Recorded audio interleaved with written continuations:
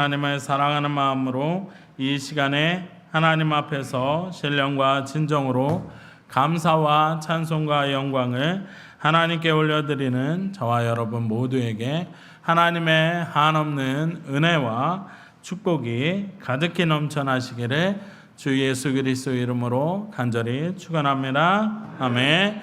오늘도 우리 형제 자매를 사랑하는 마음으로 함께 사랑의 인사 나누도록 하겠습니다. 오늘은 이렇게 인사하겠습니다. 잘 오셨습니다 라고 인사하겠습니다. 잘 오셨습니다. 잘 오셨습니다. 오늘 정말 잘 오셨습니다. 아멘. 오늘 하나님께 예배드리는 이 자리가 정말 귀하고 귀한 시간이며 하나님께서 함께 하시는 놀라운 시간인 줄 믿습니다. 아멘. 하나님께서는 여러분들을 기다리고 계셨습니다. 아멘. 정말 잘 오셨습니다. 우리 다시 한번 사랑하는 마음으로 진심을 담아 함께 인사하도록 하겠습니다. 잘 오셨습니다. 잘 오셨습니다. 잘 오셨습니다. 사랑하는 성도 여러분, 일주일 동안 평안하셨나요? 매 주일 우리는 하나님의 은혜를 사모하며 이 거룩한 성전에 나옵니다. 일주일간 세상에서 치열하게 살아가다가 저 교회의 문을 열고 들어설 때 여러분들의 마음에는 어떤 마음이 듭니까? 아, 이제 살았다. 여기가 하나님의 품이다. 이런 안도감이 드십니까? 오늘 본문 시편 15편 말씀은 바로 그런 질문으로 시작을 합니다. 다윗의 시인데 다윗은 1절 말씀에서 이렇게 말씀하고 있습니다. 여호와여, 주의 장막에 머무를 자 누구오며 주의 성산에 사는 자 누구오니까. 아멘. 아멘. 여기서 주의 장막, 주의 성산은 1차적으로 하나님의 임재가 임하는 성전을 말하지만 영적으로는 하나님 임재 안에 그분과 함께 깊은 교제를 누리며 하나님의 완벽한 보호를 받는 사람을 뜻하는 것입니다. 아멘. 옛날 이스라엘 지방에서는 누군가의 집에 손님으로 머문다는 것은 아주 특별한 의미가 있었습니다. 사막 기후에서 나그네를 집에 들여 손님으로 대접한다는 것은 집주인이 자신의 목숨을 걸고 그 손님을 안전하게 보호하겠다는 강력한 약속이며 의무이었습니다. 그래서 나그네가 집안에 들어온다는 것은 그 집주인의 모든 역량을 다 동원하여서 그 나그네를 보호해야 되는 거예요. 먹을 것도 주고 편안한 잠자리도 주고 여러 가지 모든 것을 다 집주인이 책임지는 것입니다. 그리고 이스라엘 지방에서는 이렇게 나그네 대접하기를 소홀히 하지 말라라고 하나님께서 명령하셨습니다. 그래서 누구든지 그 나그네로 집에 가면 의무적으로 다 맞아들여야 하는 거예요. 특별한 사정이 있지 않는 한, 그 가정에 병자가 있거나 어떤 특별한 사정이 있지 않는 한 그 손님 대하기를 힘써야 되는 것입니다. 그렇다면 우리 성도 여러분, 우주의 창조주이신 하나님의 집에 초대받아 그분의 완벽한 보호와 사랑을 받으며 영원히 머무를 수 있는 사람은 과연 누구일까요? 매주 예배당에 출석 도장을 찍는 사람입니까? 아니면 직분이 높은 사람일까요? 오늘 말씀에서는 놀랍게도 종교적인 의식이나 직분에 대한 말씀은 단 한마디로 하지 않고 있습니다. 대신에 우리의 일상, 우리의 언어, 우리의 경제 생활을 말씀해 주고 있습니다. 즉 예배자는 성전 안에서가 뿐만 아니라 성전 밖에 나가는 그 순간부터 우리의 삶을 통하여서 증명해내야 한다는 것입니다.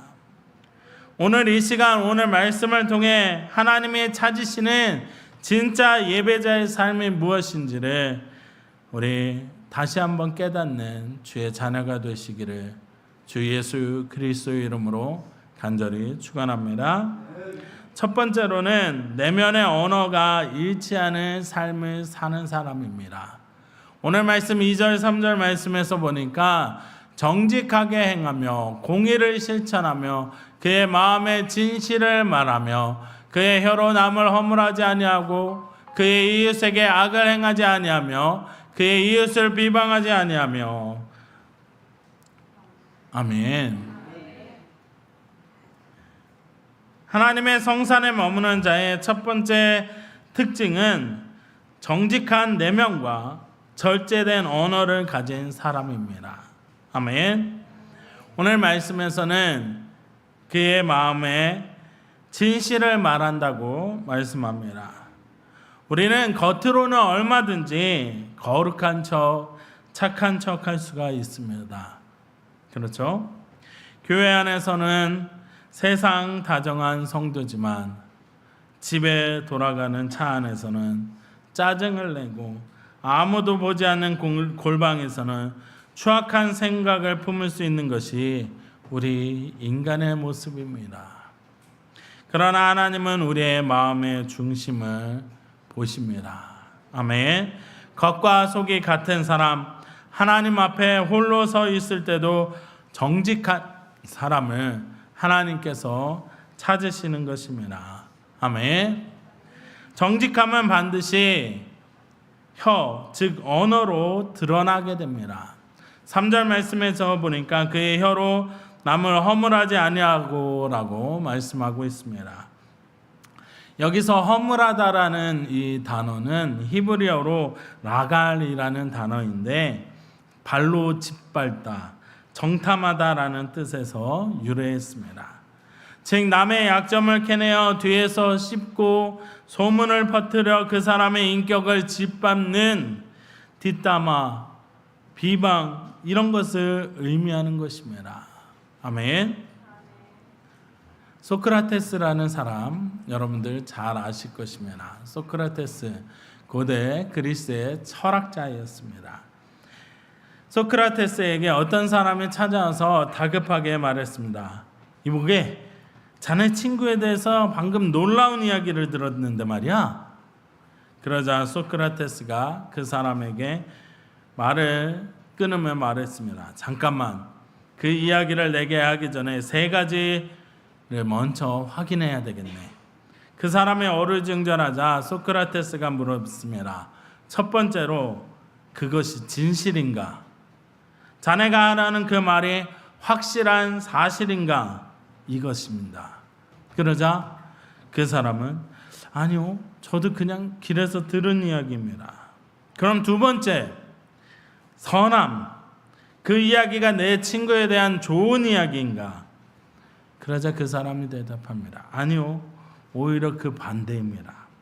그렇다면 세 번째, 유익, 그 이야기가 나와 자네에게 꼭 필요한 유익한 이야기인가? 꼭 그렇지만은 않은 것 같은데. 소크라테스는 웃으면서 말했습니다. 사실인지도 모르고 좋은 내용도 아니며 우리에게 유익하지도 않은 이야기라면 왜 굳이 내 마음에 담고 자네의 입으로 전하려 하는가? 사랑하는 성도 여러분, 하물며 세상의 철학자도 언어의 신중함을 이토록 강조하였는데 하나님의 성령을 모신 그리스도인들의 언어는 어떠해야 하겠습니까? 야고보 사도는 혀는 곧 불이요 불의의 세계라고 말씀하고 있습니다.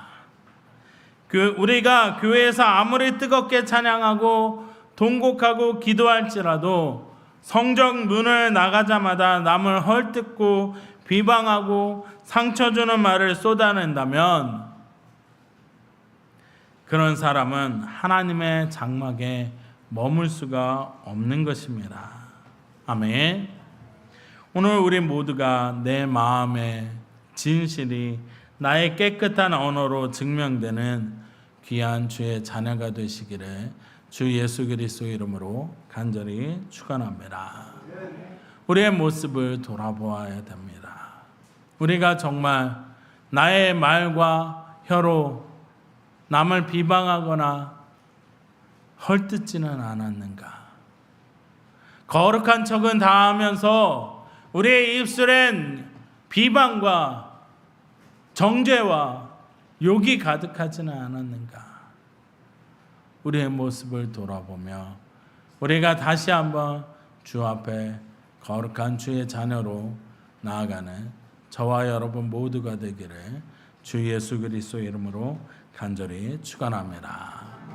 두 번째로 주 앞에 서 있는 자는 세상의 기준이 아닌 하나님의 기준으로 삶을 살아가는 자입니다. 오늘 말씀 4절 말씀에서 보니까 그의 눈은 망령된 자를 멸시하며 여호와를 두려워하는 자들을 존대하며 그의 마음에 서원한 것은 해로울지라도 변하지 아니하며. 아멘. 하나님과 동행하는 자는 세상의 가치관을 따르는 사람이 아닙니다. 하나님의 가치관을 따르는 사람입니다. 아멘. 세상은 사람을 무엇으로 판단합니까? 돈, 학벌, 권력, 외모 이런 것으로 사람을 판단합니다. 돈이 많고 권력이 있으면 그 사람이 아무리 악하고 추잡해도 머리를 숙입니다. 그러나 하나님은 아니에요. 마태복음 말씀에 보면 삭개오라는 사람이 나옵니다. 이 삭개오라는 사람은 세상의 방법대로 돈을 많이 가지기를 추구하였습니다. 그리고 반대로 아무리 착하고 정직해도 가난하고 힘이 없으면 무시받는다는 것을 깨닫고 세상의 방법대로 돈을 많이 가지기를 추구했던 사람입니다. 이것이 세상의 방법입니다. 그러나 하나님의 사람은 달라야 하는 것입니다. 4절 말씀에서 보니까 그의 눈은 망령된 자를 멸시하며 여호와를 두려워하는 자들을 존대하며 라고 말씀하고 있습니다. 아멘. 세상에서 아무리 잘 나가고 부유해도 하나님을 모독하고 악을 행하는 자들을 부러워하거나 동조하지 않는다는 것입니다. 아멘. 반대로 비록 세상적으로는 초라하고 가진 것이 없다 할지라도 하나님을 진심으로 경외하는 성도를 보면 진심으로 존경하고 높여주는 눈을 가진 사람, 그 사람이 바로 하나님의 사람입니다. 아멘. 그래서 삭개오는 예수 그리스도를 만나고 난 다음에 그의 삶이 통째로 바뀌었습니다. 전에는 돈을 최고의 가치로 여겼지만 돈을 쫓아가는 삶을 살았지만 그래서 아무리 자기 민족들이 자기에게 욕하고 모욕하고 그래도 개의치 않았습니다. 그저 돈만 쫓아가며 돈이 많으면 아무리 키가 작아도 떵떵거리면서 살 수 있다고 생각했습니다. 그러나 삭개오가 예수님을 만나고 나서는 모든 삶이 바뀌었습니다. 그토록 귀하게 여기고 모든 삶을 바쳐 따르던 돈을 버렸습니다. 그래서 부당하게 빼앗은 것은 4배로 갚아주고 가난한 자들을 위하여 나누는 삶을 살아가겠다고 하나님 앞에서 서원합니다. 이런 삭개오와 같은 하나님의 사람은 신실함이 있습니다. 아멘. 그의 마음에 서원한 것은 해로울지라도 변하지 아니하며 라고 말씀하고 있습니다.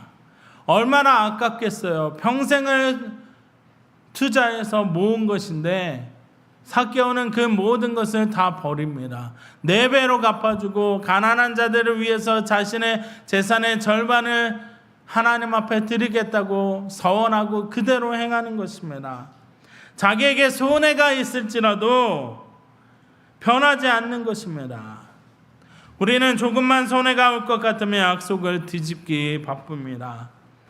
계약을 파기합니다. 그러나 성경은 내게 해로울지라도, 즉 나에게 큰 물질적 손해나 불이익이 찾아올지라도 하나님과 사람 앞에 한 약속을 끝까지 지키는 자가 하나님 장막에 머물 수 있다고 말씀하고 있습니다.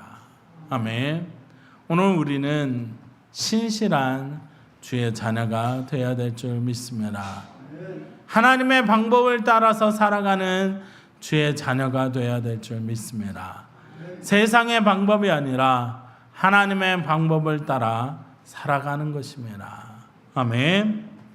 19세기 스코틀랜드에 아주 하나님을 잘 믿는 경건한 구두 수성공이 있었습니다.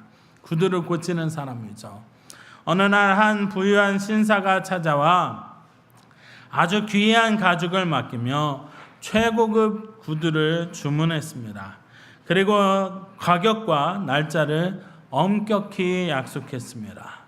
그런데 구두를 만들던 중 가죽 공급 가격이 갑자기 폭등하게 되었고, 구두를 제작하는 과정에서 예상하지 못한 실수가 생겨 가죽을 새로 구입해야 하는 상황이 벌어졌습니다. 계산해 보니까 처음에 그 신사와 약속했던 가격으로는 그 구두를 만들어주면 자기가 손해를 보고 파산하게 생길 거예요. 큰 빚을 져야 하는 상황이었습니다. 주변의 친구들이 말합니다. 그 신사에게 찾아가서 사정을 이야기하고 다시 주문을 받거나 아니면 주문을 취소하라고 이야기를 합니다. 아니면 슬쩍 다른 질 낮은 가죽을 섞어 쓰라고 이야기를 합니다. 그러나 이 경건한 구두 만드는 사람은 고개를 젓습니다. 내가 손해를 본다고 해서 약속을 바꾸거나 속임수를 쓴다면 내 입술로 고백하는 하나님의 신실함을 내가 모독하는 것이다. 결국 큰 손해를 감수하고 최고의 가죽으로 정직하게 구두를 만들어 약속된 날짜에 약속된 가격으로 배달하였습니다. 훗날 이 사실을 알게 된 신사는 깊은 감동을 받게 되었고, 왕실과 귀족들에게 이 구두 수성공을 소개하며 그는 평생 가장 신뢰받는 장인으로 살아가게 되었다고 이야기를 합니다. 사랑하는 성도 여러분, 손해가 눈앞에 보일 때 여러분은 어떤 선택을 하시겠습니까? 이번 한 번만 눈 감자 하며 타협하십니까? 아니면 하나님의 사람은 손해를 보더라도 하나님의 성품인 신실함을 선택하는 사람이다 라고 다짐하며 신실함을 선택하십니까? 세상이 감당할 수 없는 사람은 이런 사람입니다. 영적 자존심과 신실함이 가득한 사람입니다. 오늘 저와 여러분에게 이런 영적 자존심과 신실함이 가득한 귀한 주의 자녀, 하나님의 방법을 따르는 주의 자녀가 되시기를 주 예수 그리스도의 이름으로 간절히 축원합니다. 세 번째로 주의 장막에 거하며 주의 성산에 거하는 사람은 물질보다는 공의를 사랑하는 삶을 살아가는 자입니다. 5절 말씀에서 보니까 이자를 받으려고 돈을 구워주지 아니하며 뇌물을 받고 무죄한 자를 해하지 아니하는 자이니 이런 일을 행하는 자는 영원히 흔들리지 아니하리이다. 아멘. 하나님이 기뻐하시는 예배자는 돈에 대한 태도가 깨끗한 사람입니다.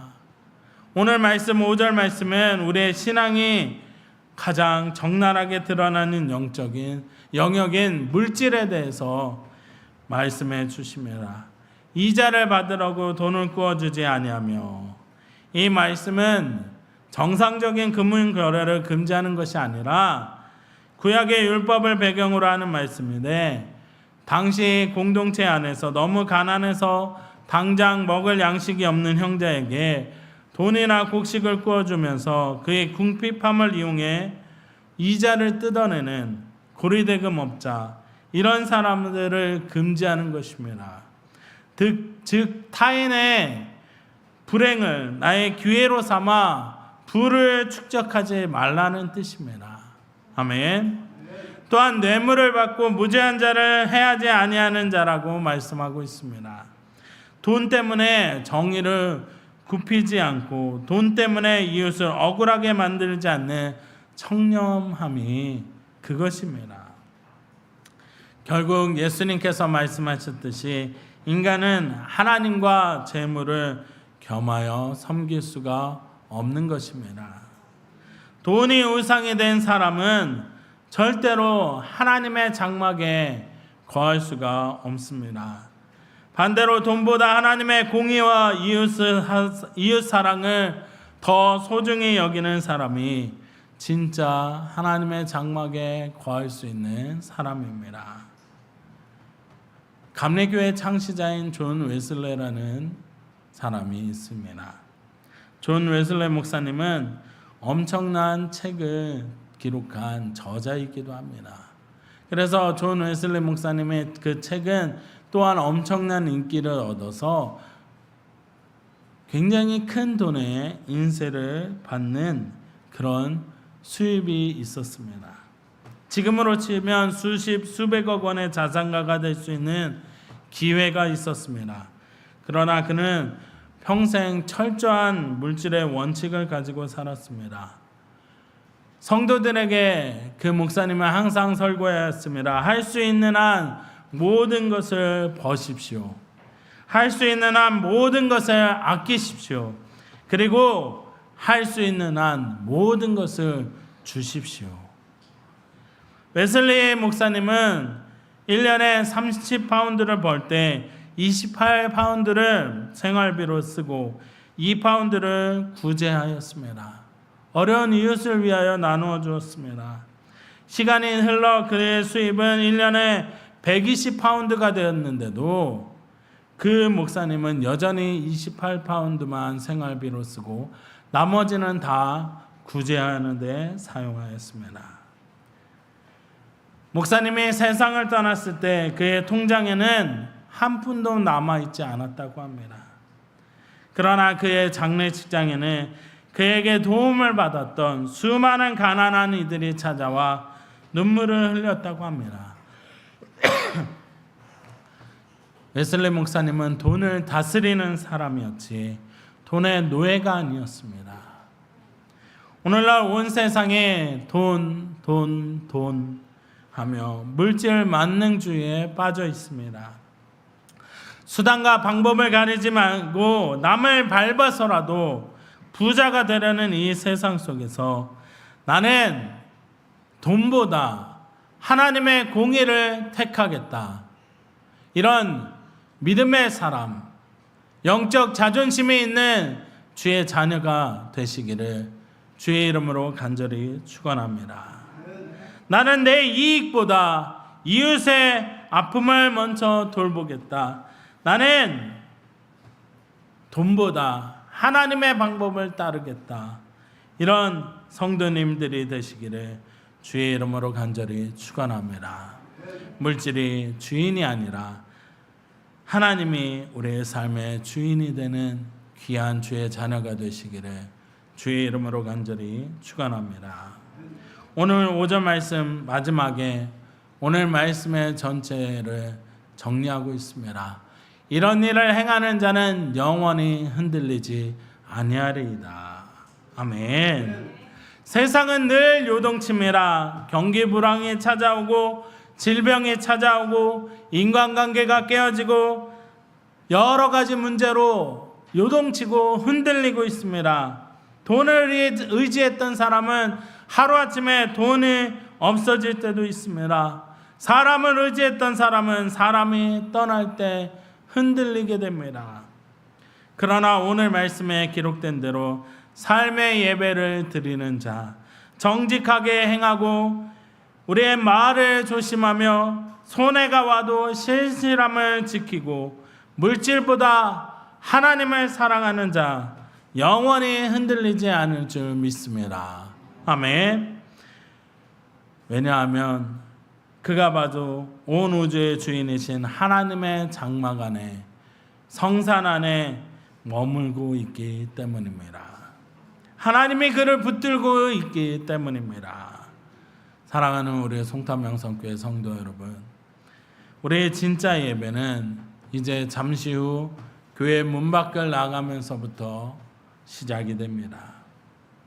가정으로 돌아가 남편과 아내에게, 자녀에게 혹은 우리 지인들에게 쓰는 여러분들의 언어에서 예배가 나타나야 합니다. 내일부터 출근할 직장과 사업터에서 손해가 찾아오는 순간에 여러분들의 정직함과 신실함으로 믿음이 증명되어야 하는 것입니다. 이번 한 주간 세상의 유혹에 타협하지 않고 삶의 자리에서 정직과 공의를 실천함으로 하나님의 장막 안에 영원히 거하며 흔들리지 않는 귀한 주의 자녀가 되시기를 주 예수 그리스도 이름으로 간절히 축원합니다. 우리 함께 찬양 드리도록 하겠습니다. 찬양 주님 내가 여기 있사오니, 우리 함께 찬양 드리도록 하겠습니다.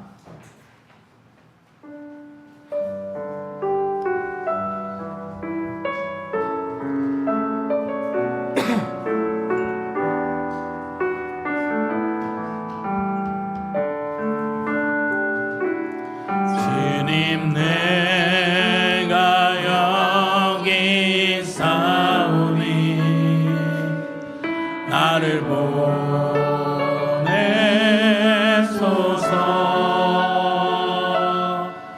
나의 마음 나의 몸 주께 드리오니 주 받으옵소서.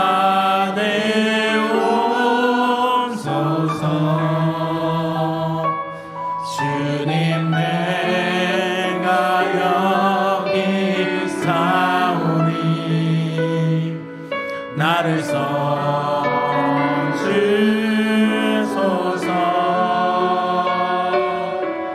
가진 것 모두 다 주께 드리오니 주 받으옵소서.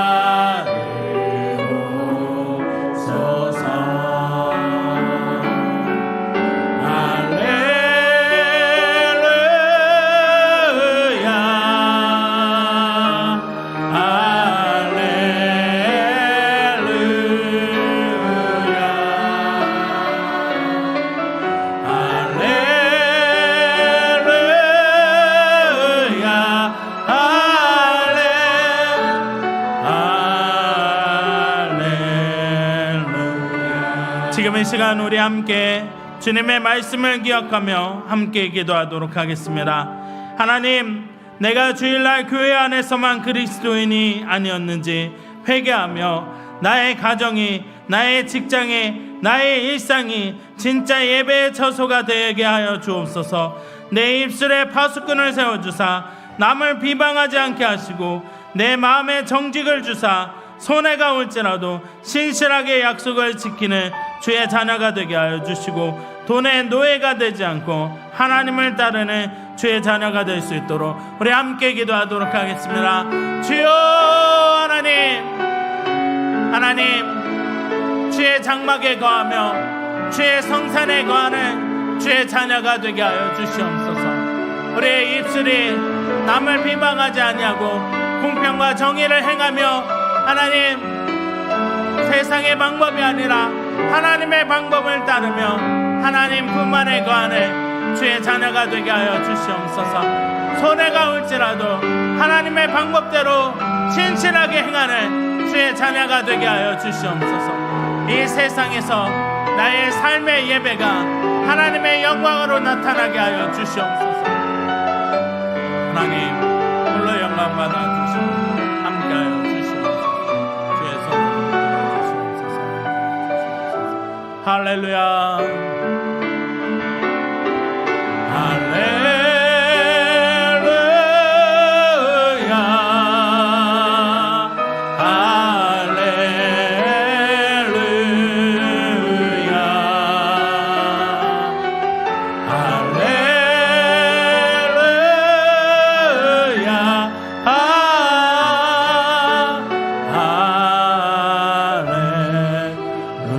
주님, 내가 여기 있사오니 우리 다 같이 일어나셔서 찬양 드리겠습니다. 여기 있사오니 나를 보내소서.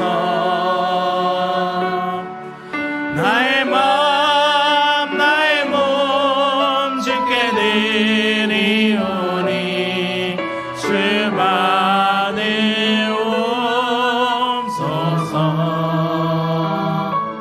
주님, 내가 여기 있사오니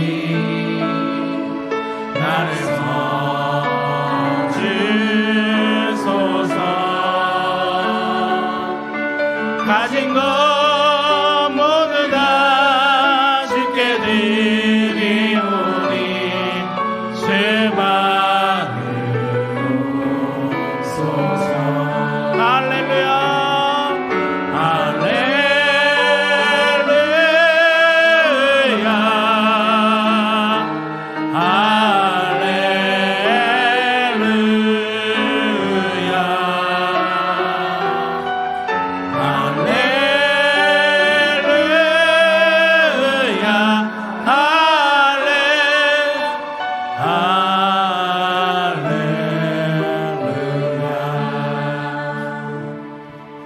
하나님 감사합니다. 우리가 주의 품 안에 거하며 주의 장막 안에 거하는 영원히 흔들리지 않는 주의 자녀가 되게 하여 주시옵소서. 이제는 우리 주 예수 그리스도의 한없는 은혜와 전지전능하신 하나님의 놀라우신 사랑과 성령 하나님의 교통하심이 오직 주의 품 안에 거하며 주의 방법에 따라 살아가며 삶의 예배로 하나님 앞에 영광을 돌리는 우리 모든 성도들 머리 위에, 우리 송탄명성교회 위에 지금으로부터 영원토록 항상 함께 있을지어다. 아멘.